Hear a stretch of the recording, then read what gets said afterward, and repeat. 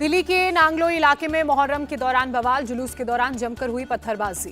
ताजिए का जुलूस निकालने के दौरान कुछ लोगों की पुलिस के साथ झड़प हुई। उसके बाद पुलिस पर इन लोगों ने पथराव किया, कई लोग घायल हुए। महाराजा सूरजमल स्टेडियम के पास हुआ हंगामा। गेट बंद होने के बावजूद स्टेडियम में घुसने की कोशिश कर रहे थे उपद्रवी। पुलिस ने रोकने की कोशिश की तो हुआ विवाद। वाराणसी में ताजिया जुलूस के दौरान दो पक्षों में हिंसक झड़प, दर्जनों लोग हुए जख्मी। वाराणसी के जैतपुरा इलाके में शिया समुदाय के लोग निकाल रहे थे जुलूस। उसी वक्त सुन्नी समुदाय के लोग भी ताजिया लेकर आ गए और उसी दौरान विवाद हुआ। दोनों ओर से हुआ पथराव। पुलिस की गाड़ी समेत दर्जनों मोटरसाइकिलें क्षतिग्रस्त। मौके पर पुलिस बल को किया गया तैनात। बिहार के कैमूर में भी ताजिया जुलूस के दौरान भारी हंगामा हुआ। दो पक्षों ने एक दूसरे पर लाठी डंडों से हमला किया, पथराव भी किया। उत्तर प्रदेश के पीलीभीत में कावड़ियों और ताजदारियों में विवाद के बाद पथराव में सीओ घायल। ताजियादारों ने हाईवे जाम कर दिया। पथराव में कई सरकारी वाहन क्षतिग्रस्त हुए। आपको बता दें कि घंटों तक यातायात प्रभावित रहा। लखनऊ में मुहर्रम का जुलूस निकालने के दौरान हादसा। ताजिया के साथ हाई टेंशन वायर की चपेट में आया युवक गंभीर रूप से घायल। झारखंड के बोकारो में मुहर्रम जुलूस के दौरान हादसा, करंट लगने से 4 लोगों की मौत, 14 घायल। राजकोट के धोराजी में मुहर्रम के जुलूस के दौरान हादसा, करंट लगने से 2 लोगों की मौत, 15 लोग जख्मी। मणिपुर में विपक्षी सांसदों के डेलीगेशन के दौरे का आज दूसरा दिन। आज इम्फाल के गवर्नर अनुसुईया उइके से मुलाकात करेगा डेलीगेशन।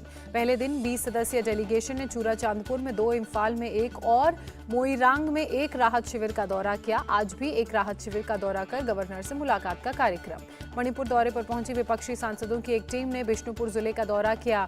मोइरंग कॉलेज के राहत शिविर में लोगों से बात की। INDIA गठबंधन के सांसदों का एक प्रतिनिधिमंडल पहुंचा इम्फाल। आइडियल कॉलेज में राहत शिविर का दौरा किया। डेलीगेशन के साथ आए अधीर रंजन चौधरी ने कहा, शांति से जिंदगी गुजारना चाहते हैं मणिपुर के लोग। लोगों को परेशानियों का करना पड़ रहा है सामना। कांग्रेस सांसद गौरव गोगोई ने कहा, हम मणिपुर के लोगों की आवाज बनेंगे, उनकी मांग सबके सामने रखेंगे, उसे उठाएंगे।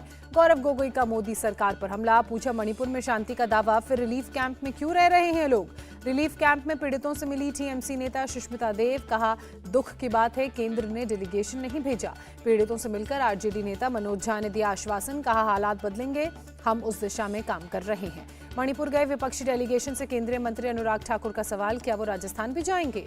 INDIA अलायंस के मणिपुर दौरे पर बोले बीजेपी नेता तरुण चुग, ये सिर्फ ड्रामा है, बंगाल छत्तीसगढ़ की महिलाओं का दर्द नहीं दिखता। केंद्रीय मंत्री अर्जुन राम मेघवाल का बयान, संसद में हम मणिपुर पर चर्चा को तैयार, विपक्ष राजनीति इस पर कर रहा।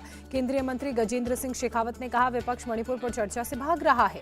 INDIA गठबंधन के सांसदों के मणिपुर दौरे पर बोले सुशील मोदी, विपक्ष को कहीं भी जाने का अधिकार, लेकिन संसद सत्र चल रहा है, सरकार बहस को तैयार है और ये भाग रहे हैं।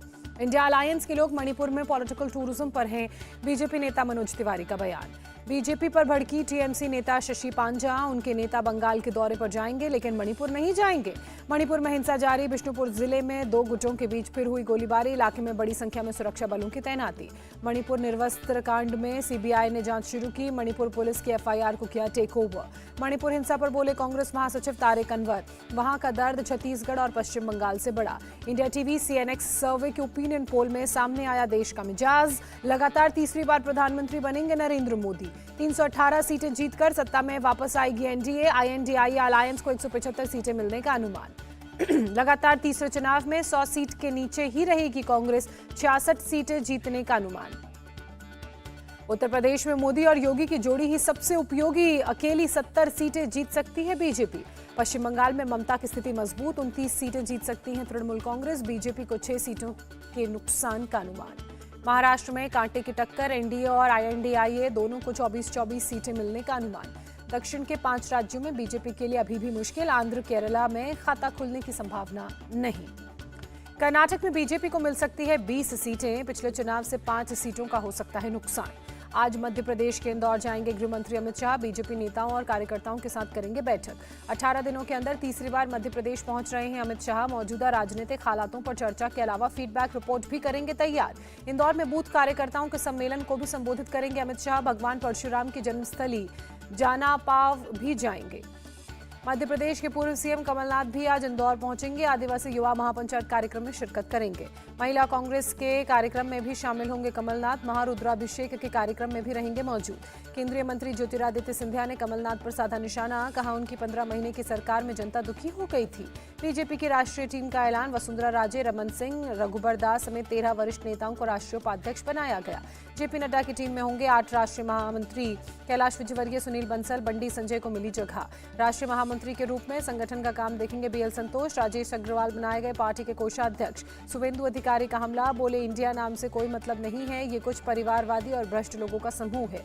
इसरो ने फिर रचा इतिहास। श्रीहरिकोटा के सतीश धवन अंतरिक्ष केंद्र से सिंगापुर के उपग्रह DSSAR को 6 अन्य उपग्रहों के साथ लॉन्च किया। PSLV C56 के जरिए उपग्रहों की लॉन्चिंग की गई। PSLV C66 की 58वीं उड़ान थी।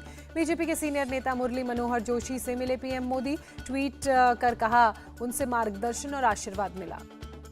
आज फिर मन की बात कार्यक्रम के जरिए देश के लोगों से मुखातिब होंगे पीएम मोदी। सुबह 11 बजे होगा कार्यक्रम का प्रसारण। कार्यक्रम का 103वां एपिसोड आज होगा प्रसारित। पीएम मोदी ने शनिवार को किया अखिल भारतीय शिक्षा सम्मेलन का उद्घाटन। केंद्रीय शिक्षा मंत्री धर्मेंद्र प्रधान भी कार्यक्रम में हुए शामिल। दिल्ली के प्रगति मैदान में आयोजित कार्यक्रम में पीएम मोदी ने बढ़ाया छात्रों का हौसला। छोटे बच्चों की कलाकृतियां भी देखी। सम्मेलन में बोले पीएम मोदी, शिक्षा से ही बदलती है देश की तकदीर। देश के लक्ष्य को पाने में शिक्षा की भूमिका अहम। पीएम मोदी ने कहा, हमने अपनी भाषा को पिछड़ेपन के तौर पर पेश किया। मैं यूएन में भी भारत की भाषा बोलता हूँ। भाषा पर राजनीति करने वालों पर पीएम मोदी की दो टूक। नई शिक्षा नीति से उनकी नफरत की दुकान बंद होगी। पीएम मोदी ने जारी की श्री योजना के तहत पहली किश्त। 1450 से ज्यादा स्कूलों को स्मार्ट बनाना है टारगेट। आरएसएस प्रमुख मोहन भागवत आज ठाणे में आनंद दीघे कैंसर अस्पताल का करेंगे उद्घाटन। कार्यक्रम में CM Shinde, deputy CM Devendra Fadnavis और अजीत पवार रहेंगे मौजूद। दिल्ली में बोली वित्त मंत्री निर्मला सीतारमण, 2047 तक भारत को विकसित राष्ट्र बनाने की दिशा में काम कर रहे हैं। निर्मला सीतारमण ने कहा, हमारी सरकार का फोकस इंफ्रास्ट्रक्चर इन्वेस्टमेंट, इनोवेशन और इंक्लूसिविटी पर है। वायुसेना चीफ वीआर चौधरी ने फॉरवर्ड फाइटर बेस का दौरा किया। जवानों की तैयारियों का जायजा लिया। रामेश्वरम में गृह मंत्री अमित शाह ने किया पुस्तक का विमोचन। Doctor APJ Abdul Kalam, memories never die है किताब का नाम। पश्चिम बंगाल के पूर्व मुख्यमंत्री बुद्धदेव भट्टाचार्य कोलकाता के वुडलैंड्स अस्पताल में भर्ती। लोअर रेस्पिरेटरी ट्रैक इन्फेक्शन की शिकायत के बाद कराए गए एडमिट। सुकांत मजूमदार बुद्धदेव भट्टाचार्य से मिलने वुडलैंड अस्पताल पहुंचे। डॉक्टरों से स्वास्थ्य के बारे में जानकारी ली। केंद्रीय मंत्री अनुराग ठाकुर ने बुद्धदेव भट्टाचार्य के अच्छे स्वास्थ्य की कामना की। बोले, ईश्वर से प्रार्थना करता हूं कि वो जल्द स्वस्थ हो जाए। जयपुर एयरपोर्ट पर पकड़ी गई लड़की के मामले में खुलासा। सूत्रों के मुताबिक पाकिस्तान के लड़के का नाम इरफान खान असलम नाम से आईडी बनाकर करता था चैट। पुलिस सूत्रों के मुताबिक चौमू में रहने वाली किसी मुस्लिम लड़की ने नाबालिग की मदद की थी। एक मौलवी से भी मिलवाया था। पाकिस्तान में रहने वाले इरफान ने अपनी मां से भी नाबालिग की बात कराई थी। अंजू का वीडियो भी दिखाया था। कुश्ती संघ के चुनाव में नामांकन से पहले बृजभूषण शरण सिंह ने बैठक बुलाई। नामांकन दाखिल करने की आखिरी तारीख 31 जुलाई। 12 अगस्त को है चुनाव। पुणे संदिग्ध आतंकी केस में एटीएस ने किया एक और शख्स को गिरफ्तार। फरार आरोपी को करता था फंडिंग। नोएडा में केरल के गवर्नर की सुरक्षा में बड़ी चूक। काफिले में गाड़ी घुसी। मामले में उत्तर प्रदेश पुलिस ने 2 आरोपियों को किया गिरफ्तार। सेक्टर 77 में एक कार्यक्रम में आए थे गवर्नर। असम के मुख्यमंत्री हिमंता बिस्वा शर्मा का बयान। महिलाओं और बच्चों के खिलाफ अपराध के मामले में असम की पहचान सबसे खराब राज्य के रूप में की गई थी, लेकिन पिछले 2 साल में हमने बेहतर प्रदर्शन किया। मुंबई के दादर में सेना भवन के बाहर कांग्रेस का प्रदर्शन। संभाजी भिडे के महात्मा गांधी पर दिए आपत्तिजनक टिप्पणी से नाराजगी। मुंबई और ठाणे समेत महाराष्ट्र के कई हिस्सों में आज भी बारिश का अलर्ट। पालघर, सिंधुदुर्ग में मूसलाधार बारिश होगी। मुंबई में हाई टाइड की भी आशंका।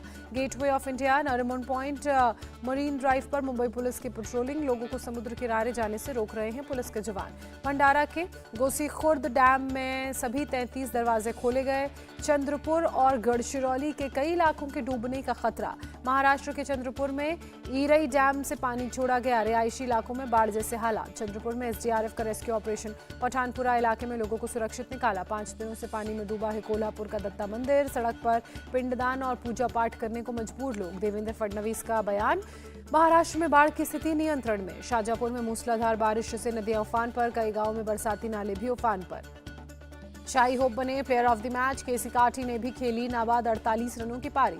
टीम इंडिया की तरफ से शार्दुल ठाकुर सबसे सफल गेंदबाज साबित हुए, 3 विकेट चटके। भारत की तरफ से ईशान किशन ने बनाए सबसे ज्यादा रन, 55 रनों की पारी खेली। इंग्लैंड के तेज गेंदबाज स्टुअर्ट ब्रॉड का क्रिकेट से संन्यास 17 साल के बाद लेने का ऐलान। एशियन सीरीज का 5वां टेस्ट होगा करियर का आखिरी मैच। जापान ओपन बैडमिंटन के मेंस सिंगल मुकाबले में भारत का सफर खत्म हुआ, सेमीफाइनल में हारे लक्ष्य से।